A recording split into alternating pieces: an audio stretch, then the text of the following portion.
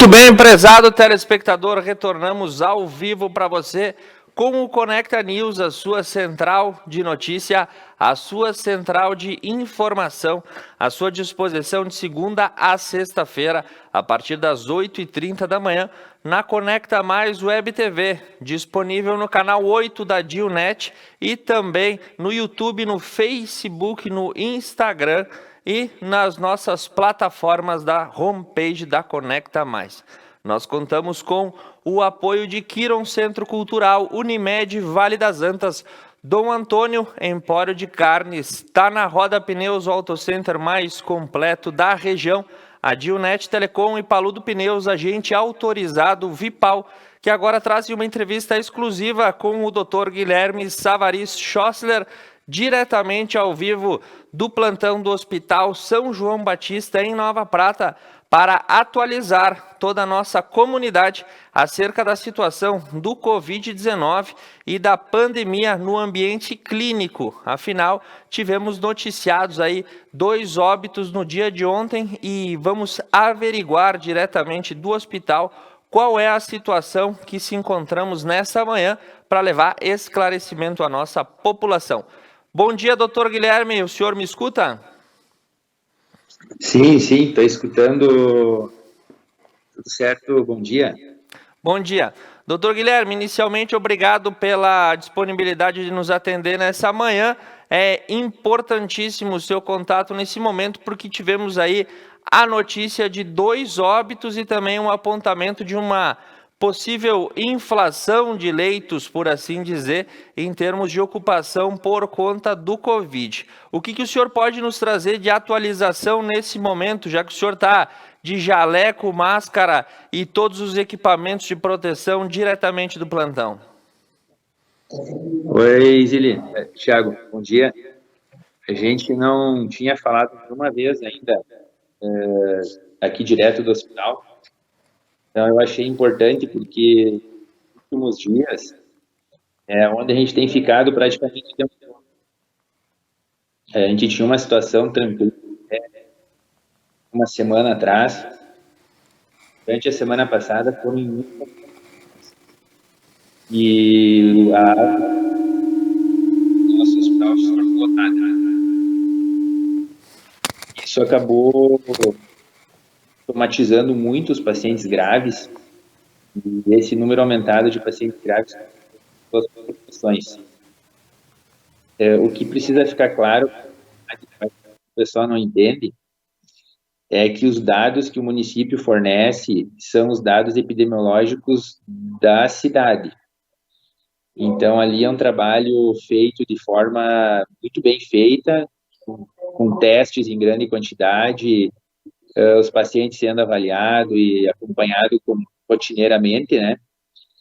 Mas esses pacientes são pacientes que estão em estado menos grave, então eles são publicados os números de diagnósticos, pacientes isolados, rotineiramente e diariamente o boletim epidemiológico do município é colocado. Então, aqui no hospital é um pouco diferente a realidade, porque a gente recebe os doentes graves, que vêm de todos os municípios da região. Então, tu vai somar municípios que a gente é referência, são uma população bem maior que a gente acaba referindo aqui no hospital. Então, a gente acaba recebendo pacientes de São Jorge, Guabiju, Protásio, André, vem de Baçano, Nova Baçano, Paraí, Nova Araçá, e esses municípios, em alguns deles, teve muitos casos. Então, o nosso setor de internação ficou completamente lotado durante a semana inteira, e a gente encaminhou esse mês, essa semana, em torno de 10 a 11, acho que foram 11 pacientes para a UTI. Somente ontem foram 4, né? E agora, de manhã, a gente já tem mais um paciente em ventilação mecânica aqui na emergência, que não vai ser transferido agora porque já não tem mais leito de UTI. Então, isso se torna uma situação bem preocupante, né? Porque no momento que a gente começa a ter as UTIs lotadas e não consegue drenar os pacientes, a situação vai começar a se tornar bem complicada aqui para o hospital e para a comunidade também, porque pode começar a faltar leito, e aí a gente pode ter aquele quadro que a gente sempre teme, que é a falta de estrutura no estado para drenar esses pacientes, né? Porque as internações são bem longas, os pacientes estão demorando para melhorar, e a gente nota que cada vez que a gente tem um aumento das internações, elas estão sendo cada vez mais graves, o que reflete que as pessoas estão se cuidando menos, então elas estão se contaminando de forma pior, né? Então a gente quer fazer um alerta para as pessoas, porque eu acho que precisamos retomar um cuidado, principalmente com aglomerações desnecessárias, para que a gente não tenha um caos próximo aí. A gente notou que esses pacientes que estão sendo entubados, a grande maioria pegou de familiares, tá? Então, tipo assim, o vovô contaminou pelo neto, pelo filho, pelo sobrinho. Então, as aglomerações familiares estão sendo um problema, porque esses netos e filhos trabalham fora e eles acabam se contaminando e não sentem nada, porque a maioria dos jovens acaba que não sente nada, mas não estão isentos de complicações. Hoje a gente tem um paciente de 30 anos internado com Covid e não está muito bem, né? Mas a incidência de complicações nos jovens é menor. Então, as pessoas acabam não dando tanto valor para a doença. A questão do Covid é que tu tem que pensar no outro, né, Thiago? Eu acho que é o principal ponto assim que a gente tem que trabalhar, né? A gente passou aí pelas últimas 3 semanas pela questão da bandeira vermelha, houve várias restrições e a questão do Covid acabou tomando conta bastante do ambiente político, né? Por conta aí de decisões, decretos de prefeituras que foram questionados na justiça, e a parte clínica acabou, vamos dizer assim, ficando no segundo plano, pelo menos do passo das divulgações, porque o senhor bem colocou, os boletins aí vão sendo informados diariamente, vão trazendo os números, mas de certa feita a população não tem uma noção de que, por exemplo, os números de Nova Prata acabam recaindo sobre o Hospital São João Batista, assim como de vários outros municípios da nossa região. O que o senhor pode nos falar sobre a situação hoje do hospital em número de ocupação, de leitos, de disponibilidade, de medicação, deixando de lado a questão de cada prefeitura, de cada município, o hospital que atende aí praticamente vários municípios, como é que ele está hoje de infraestrutura, qual é a capacidade de atendimento do nosso hospital nesse momento? Tiago, a gente até agora, desde o início da pandemia, em nenhum momento a gente não conseguiu dar conta da demanda. Até então, eu acho que essa semana agora que passou foi a semana que a gente chegou mais próximo do limite. Mas mesmo assim, a gente conseguiu drenar todos os pacientes que foram entubados e direcionados às UTIs. Então, a gente ainda não chegou numa situação de falta de infraestrutura.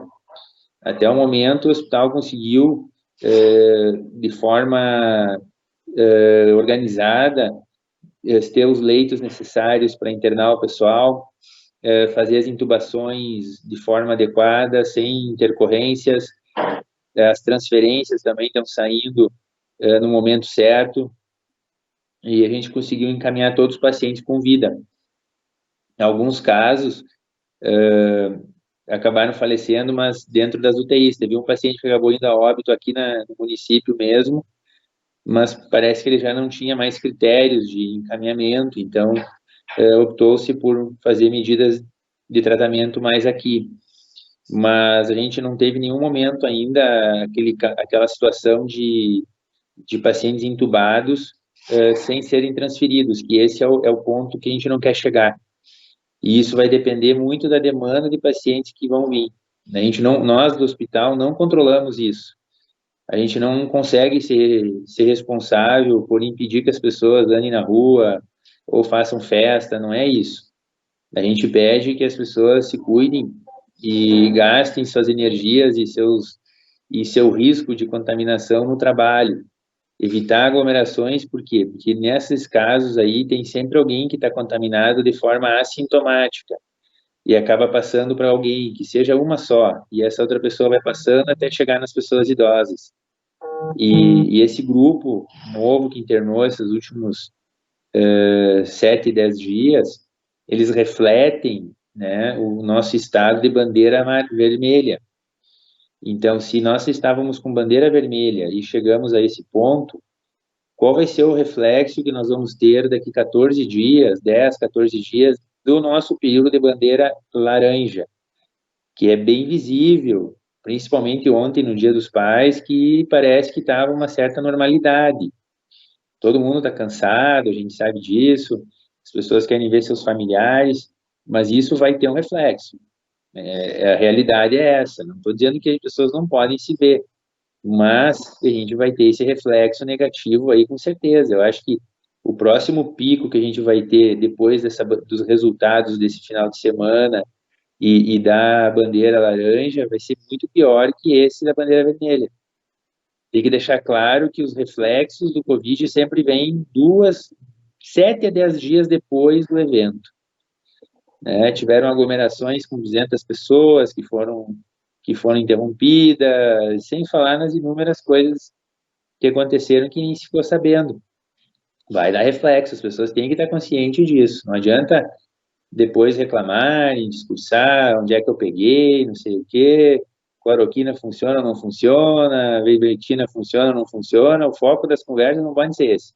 Isso é tudo especulações, a gente tem que discutir como vamos evitar que os grupos de risco se contaminem para que não se tenha todas as UTIs cheias. Agora, esse paciente que a gente entubou agora de manhã, não tem vaga. É o primeiro caso que a gente faz a intubação e não tem vaga, ele vai ficar ali.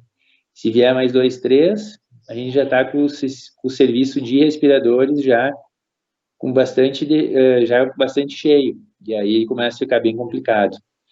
Então, é uma coisa que tem que tomar muito cuidado daqui para frente, por isso que eu acho que tem que alertar bem. Essa parte que tu comentou ali, que a situação tomou um cunho político, econômico, eu acho que faz parte. Eu acho que tanto a política como a economia tem que ter seu espaço na discussão, até mesmo porque tem empresas, tem todo um sistema econômico envolvido, mas a parte clínica que é onde os pacientes vão cair, também tem uma certa importância, porque a gente não viramos Deus ainda para conseguir reverter essas doenças. Então, muitas doenças elas têm seu curso natural e o COVID é uma delas. É muito difícil intervir na evolução dela.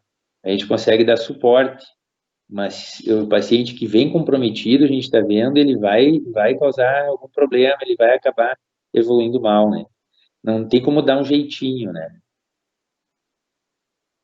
Teve também informações da semana passada sobre o uso do tratamento precoce, que seriam com esses medicamentos. Inclusive, várias prefeituras assinaram termo de ajustamento de conduta para disponibilizar aí um kit de medicações, né, às pessoas que desenvolvem os primeiros sintomas. Clinicamente falando, como funciona esse tratamento precoce e ele tem tido bons resultados, como tem sido apontado? Tiago, o tratamento precoce, ele tem várias formas de ser visto. Quando a gente lê na literatura científica médica, existem artigos de tudo que é tipo.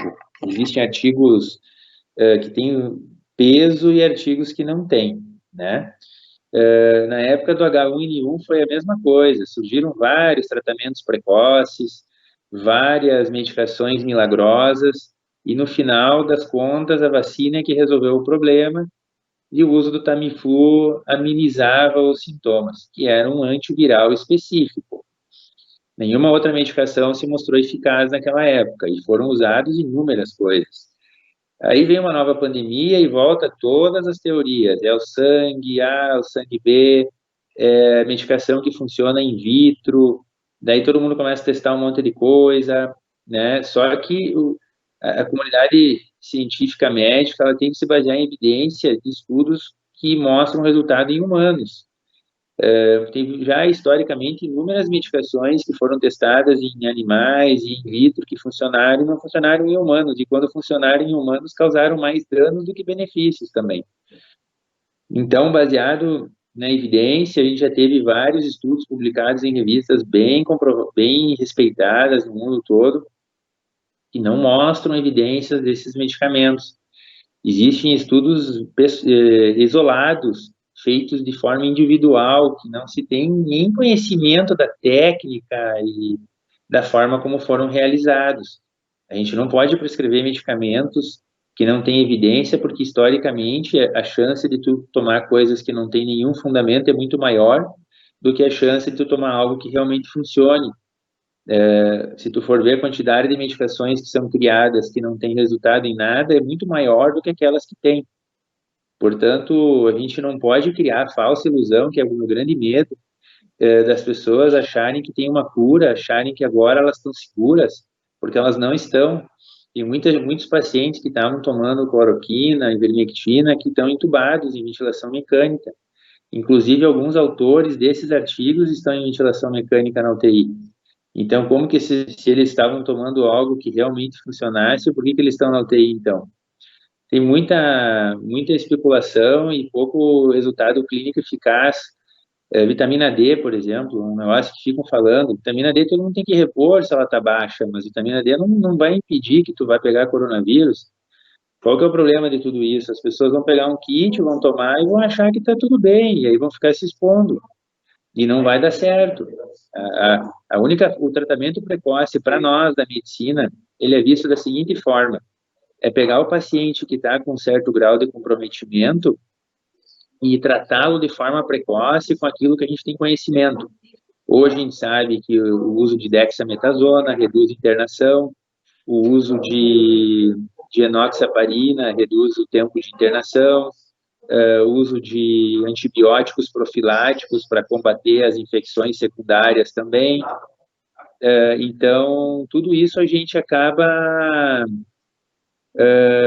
fazendo o uso da internação precoce para o uso desses medicamentos. Então, por exemplo, o que a gente sabe que o paciente piora? É deixar o paciente em casa, que não está com a saturação boa, um paciente com dispneia ficar em casa, esse paciente está sendo prejudicado, ele tem que internar e fazer um tratamento precoce. O paciente que tem um comprometimento grande na tomografia, ele tem que fazer um tratamento precoce. O que o pessoal está vendendo é uma profilaxia, e que a gente sabe que não existe, e tratar as pessoas bem no início dos sintomas, mas tratar o que daí? Essa é a pergunta, porque essas medicações não são tratamento para o vírus em específico. Então, a gente hoje no hospital se detém a receber os pacientes, fazer uma triagem daqueles pacientes que estão com sintomas leves, que 85% desses pacientes acabam melhorando tranquilamente. Daqueles pacientes mais comprometidos, a gente inicia os tratamentos que são comprovados, interna, se precisar oxigênio, dá oxigênio, enfim, e vai acompanhando. A grande maioria dos nossos pacientes internados melhoraram. O que foi que aconteceu essa semana? Foi uma quantidade muito grande de pacientes graves chegando ao hospital. Eles já chegam em estado ruim.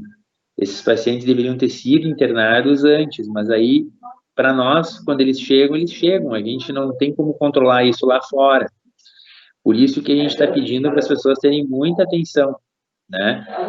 Mas o tratamento precoce, na minha concepção clínica, é atendimento, avaliação, estratificação de comprometimento, de grau de gravidade, internação e tratamento precoce. Dentro do quê?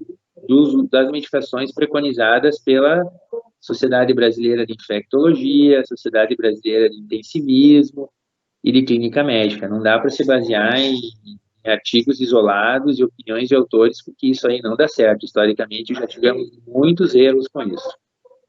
E, doutor, a gente teve também uma realidade trazida na semana passada, que houve o dobro de leitos de UTI disponibilizados em toda a região da Serra, com um número que nunca foi atingido antes. Como é que o corpo clínico, seja do Hospital São João Batista, ou seja de outros colegas de outros hospitais, reagem a essa informação? Esse aumento exponencial de leitos de UTI diminui o nosso risco, ou eles só estão sendo aumentados e na mesma proporção gradativa as internações também têm crescido? Aí, essa é uma pergunta excelente. Por que os leitos de UTI estão sendo aumentados? Porque o número de pacientes graves está se mantendo, senão eles não estariam sendo aumentados. Ao mesmo tempo, eu acho que o poder público, a função dele é essa mesmo. Se a gente tem uma pandemia e estamos tendo muito paciente internado em estado grave, eles têm que aumentar o leito de UTI. A função do sistema de saúde secretarias de saúde, Ministério Público, é exatamente esse. Ministério Público, desculpa, Ministério da Saúde é exatamente esse. É disponibilizar estrutura para o tratamento. Criar leitos de UTI não traz segurança nenhuma para as pessoas, Thiago. Tu ir para uma UTI em estado grave, tendo 20 leitos disponível e tendo 19 leitos ou um leito disponível, vai dar na mesma. O que ajuda é que a gente tem mais leitos disponíveis para encaminhar os pacientes em estado grave, mas isso não pode te trazer uma sensação de segurança que tu vai achar que tu vai agora ficar se expondo porque tem leito de UTI. A UTI não cura coronavírus. A UTI é o lugar para tu colocar os pacientes em estado grave para que eles fiquem lá em ventilação mecânica até que se recuperem. A pessoa não pode achar que, não, se eu pegar, tem leito disponível, eu vou para o tubo, vou para a UTI, fico lá 15 dias e vou para casa. As pessoas deveriam conversar com quem teve coronavírus grave e ver como é que elas ficam depois. Não conseguem caminhar, ficam fracas. Olha, a gente não sabe ainda quando que elas vão voltar ao normal, mesmo saindo da UTI. Então, por exemplo, acho que a região agiu muito bem, eles aumentaram muito leitos de UTI mesmo. O Hospital Taquini tem bastante leito, o Hospital em Caxias do Sul. Essa é a função, ao meu ver, do poder público, é isso, é fornecer ferramentas, fornecer estrutura, respiradores, equipamentos, medicamentos, para que a gente possa tratar os pacientes. Agora, a quantidade de pacientes que nós vamos tratar depende do cuidado das pessoas. Não tem como a gente ficar andando na rua apontando o dedo para ti, para você, para faz isso, faz aquilo, todo mundo já sabe o que tem que fazer, né? Então, realmente houve um aumento do leite de UTI, a gente está bem satisfeito até agora, a gente conseguiu destinar todos os pacientes até agora para UTIs de forma rápida, então, nesse ponto, eu acho que até agora a região aqui foi muito bem. E, doutor, tem se falado bastante também, talvez isso possa ter colaborado para um afrouxamento moral das pessoas, por assim dizer, porque a sensação que se tem, de acordo com o que o senhor nos traz e com os reflexos disso na rua, é que todo mundo entrou no clima do já passou, já estamos liberados dessa incumbência de se cuidar. E uma dessas informações que vem é a chegada de uma possível vacina, né? A gente tem fabricantes ingleses, americanos, alemães, chineses, russos, enfim, vacinas vindo de todos os cantos do mundo. Como o entendimento clínico se reflete dessa forma? Qual é a previsão da chegada de uma vacina e qual é a eficácia, assim, quando ela chegar, vamos dizer, né? Se fala muito em janeiro ou fevereiro do ano que vem, alguns trazem para novembro. O que altera esse comportamento? E se de fato somente a chegada da vacina é que pode pôr fim a esse estágio de bandeiras, de aberturas, de restrições, de contingência a aglomerações? É a vacina a resposta, doutor? Tiago, toda doença viral, historicamente, ela só é controlada com vacina. Olha a história, né? Se o vírus também não é muito agressivo, tipo um vírus, um resfriado, não vai se gastar em vacina, porque é uma coisa que melhora por conta. Mas a gente só vai ter a normalidade, com certeza, com a vacina. Medicações antivirais específicas, elas têm um custo muito alto, dificilmente vai ser desenvolvida uma droga para combater vírus que seja eficaz e que tenha resultado a curto prazo e seja possível utilizar ela de larga escala. Vacinas são baratas e funcionam. A gente não pode relaxar antes de sair uma vacina, não tem tratamento, a doença não tem cura, a não ser que ela cure por conta própria junto com o teu sistema imunológico. Mas as vacinas são a nossa saída e não tem assim, a gente tem empresas maravilhosas do mundo, americanas, inglesas, tem alguma coisa na China também, desenvolvendo vacinas já em estágios bem avançados, porém, a gente não tem nada na prática, o governo anunciou que mandou não sei quantos bilhões para compra precoce de vacina, isso aí é um patrocínio para desenvolvimento da tecnologia, para que quando a vacina for disponível, o Brasil esteja na lista dos países que vão receber antes. Não é que já comprou a vacina e já está começando. Não tem ninguém sendo vacinado ainda, a não ser em estudos. Então, por que a gente está relaxando? A gente vai acabar criando um problema desnecessário, porque se a vacina está sendo desenvolvida e vai ser aplicada e vai dar resultado, a gente tem que acreditar e ter esperança que isso vai passar. Então, a gente não vai ficar em isolamento para o resto da vida. Então, se a gente tiver que ficar um pouquinho mais, eu acho que dá para a gente se esforçar, né? Então, doutor, hoje o principal problema do ponto de vista clínico que existe na nossa região são as aglomerações ou as questões desnecessárias quando as pessoas acabam se aglomerando e transmitindo entre si. Qual é que é a opinião do corpo clínico e quais são os relatos que chegam para vocês que podem expor para o nosso telespectador de forma contundente como esse apontamento se reverte na prática? A gente, como médico que está atendendo, digamos assim, na linha de frente, né? Eu estou envolvido com o coronavírus juntamente com os demais plantonistas, outros médicos também da rede pública. Tem o Dr. Charles também que está fazendo um trabalho na parte de prevenção. Também acompanha as internações no andar. A gente tem um consenso único, assim, que é que a economia não pode parar, que as coisas têm que seguir.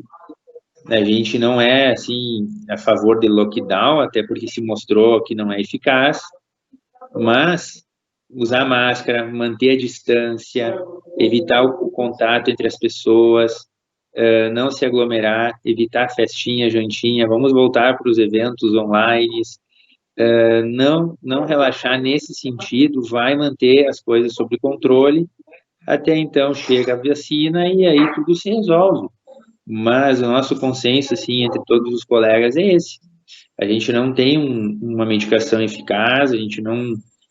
eu sei que os municípios assinaram protocolos, se os pacientes quiserem usar, mas a gente está tratando de acordo com a orientação do infectologista, de uma equipe que foi criada, que está estudando tudo que é lançado sobre informações sobre coronavírus. A gente está tratando sobre essa ótica. Mas com relação à sociedade, é isso.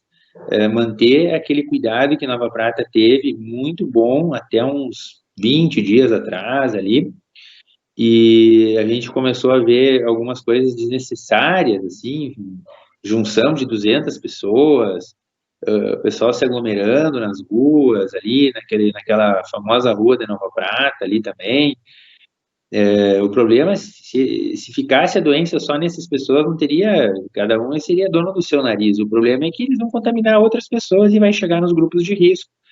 E aí aqui no hospital, quando chega alguém contaminado, eles começam a nos perguntar, onde será que eu peguei? Eu nunca saí de casa. A doença não anda, ela vai ser transmitida por alguém. Tu pegou de alguém, pega de um neto, de um irmão, né? A doença é transmitida entre parentes. As pessoas estão com a sensação que se não tiveram contato com alguém de fora, a doença não pega. Então, o nosso consenso todo aqui é que a gente vai seguir trabalhando duro, a gente vai, ainda temos condições no hospital de infraestrutura para dar cobertura e atendimento a todas as intercorrências, contamos com o apoio do Estado para disponibilizar os leitos de UTI que estão nos servindo em muito. Temos o Poder Administrativo Municipal ajudando, apoiando também, e pedimos que a sociedade faça a sua parte, que é manter o uso da máscara, não se aglomerar dentro de estabelecimentos, não fazer junções em lugares fechados desnecessárias, reuniõezinhas, amigos. Cara, talvez a vacina esteja chegando e já estamos indo para o mês de agosto, logo é setembro, já chega fim do ano. Dá para a gente aguentar mais um pouco. Esse é nosso pedido, na verdade. E, doutor, a cidade inteira foi impactada no dia de ontem com a confirmação de 2 óbitos, né? 2 senhoras que vieram a óbito. E também hoje pela manhã circula e muitos dos telespectadores no momento acabam nos perguntando em tempo real sobre um possível terceiro óbito que tivesse ocorrido. Queria que o senhor fizesse uma ponderação sobre esses fatos e também que trouxesse uma situação. Qual é atualmente a nossa situação de leitos no município para que a cidade fique a par do que está acontecendo em termos de estrutura hospitalar? Semana passada, a gente tinha em torno de 11 a 12 pacientes internados, alguns de Nova Prata e a grande maioria eram de outros municípios. Com esse fim de semana, foram vários transferidos, só ontem foram 4, né? Teve um que foi a óbito, então hoje a gente tem disponíveis leitos. Mesmo quando tinha os 12 pacientes internados, o nosso hospital tem uma grande quantidade de leitos e como muitos procedimentos eletivos, procedimentos que não são de necessidade básica, estão suspensos, a gente tem uma disponibilidade de leitos. Quanto a leitos de internação, no momento atual não há problema. A gente tem a emergência funcionando com leitos disponíveis também, então a gente pede que as pessoas procurem o pronto-socorro para síndromes gripais e para situações que realmente são necessárias, para que a gente não superlote o hospital de algo que pode esperar. A gente está atendendo toda a demanda, todos os pacientes que vêm à emergência são atendidos, e aqueles que estão dentro dos critérios de tratamento via hospitalar, a gente está internando. Não tem falta de leito, Thiago, a emergência não está superlotada, a gente está conseguindo drenar os pacientes, eles estão internando e aqueles que são graves estão sendo transferidos, então a gente está conseguindo dar o giro, digamos assim. Estamos usando os respiradores, inclusive agradecer as doações, porque a gente está utilizando os respiradores, sim. O que está nos favorecendo apenas é que a gente não está precisando manter os pacientes aqui internados. Então, a gente consegue usar. Ontem a gente teve que usar 2 respiradores ao mesmo tempo. Aí, logo em seguida, os pacientes foram transferidos. Então, a gente já está agora com um respirador só em uso. Tem outros, chegou um respirador novo essa semana também, daqueles que foram comprados, demorou um pouquinho para chegar, mas ele não fez falta. E ele chegou numa hora boa, pode ser que agora seja preciso. Então, por enquanto, a parte estrutural, o hospital está bem organizado e tem estrutura para atender a demanda que até então foi exigida. A gente só fica com medo porque a gente não sabe a que ponto pode chegar. Então, sempre que, tu pode ver desde o início da pandemia, a gente não fica falando toda hora, mas quando a gente vê que a situação complica, a gente tenta alertar a sociedade para o pessoal dar uma recuada, né? O pessoal deu uma distraída semana passada, fizeram 7 dias de sol maravilhoso. Eu acho que agora precisamos dar uma segurada, né? Minha opinião. Mas aqui, quanto ao hospital, por enquanto, todo mundo pode ficar tranquilo que, caso necessário, a infraestrutura está comportando a demanda. E, doutor, me recordo que em meados de março o senhor foi o primeiro membro aí do corpo clínico com o qual a gente conversou ao vivo com o nosso telespectador.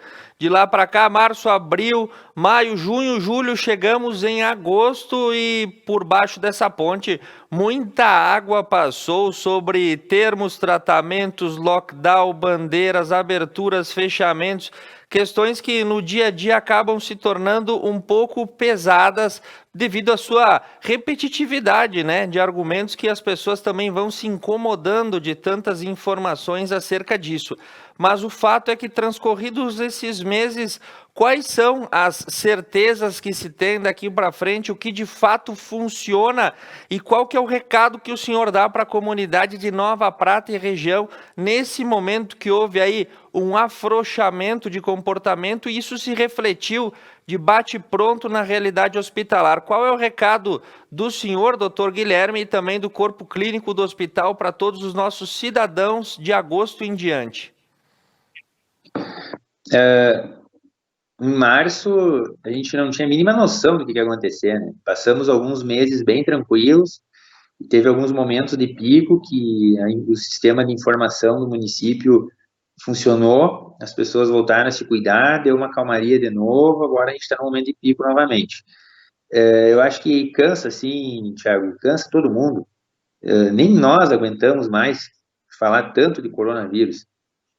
O assunto fadiga, cansa, enche o saco. É bem isso aí. Mas a gente precisa pensar que vidas são importantes e merecem o nosso esforço, né? Então, a gente tem que seguir lutando aí, precisamos manter os cuidados, retomar. Eu sei que o pessoal deu uma relaxada, eu acho que muitos descansaram um pouquinho da doença, encheram o saco, foram falar de futebol, falar de outras coisas, que é necessário, senão a gente ia ter uma pandemia neurológica aí na sociedade. Então, agora vamos caprichar um pouquinho, mais uns 15, 20 dias de cuidados bem redobrados, já vai dar uma acalmada no problema, já vai aliviar um pouquinho a tensão, e aí a gente vai vendo conforme vai se comportando, né? Os boletins epidemiológicos vão seguir sendo informados, só que o hospital ele depende muito dos municípios ao redor. Então, por exemplo, às vezes pode estar super tranquila a situação em Nova Prata, e o município e o hospital pode estar lotado de gente de outras regiões. Eu tive internações aqui já de pacientes de Guaporé, tive pacientes de Porto Alegre, que estavam passando por aqui e acabaram internados aqui. Então, o hospital não reflete a realidade do município, é um pouco diferente. Mas o recado que eu passo para todo mundo é que o que funciona é prevenção, isolamento da via respiratória, né? A pessoa pode caminhar na rua e tal, evitar contato, usar máscara.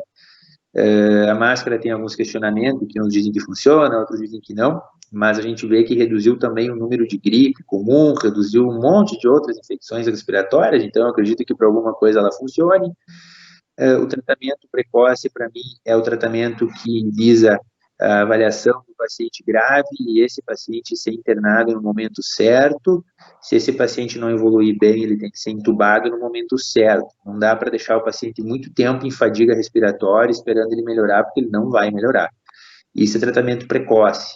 Algumas medicações, elas ajudam na evolução desses pacientes, mas o sistema imunológico é a base de tudo.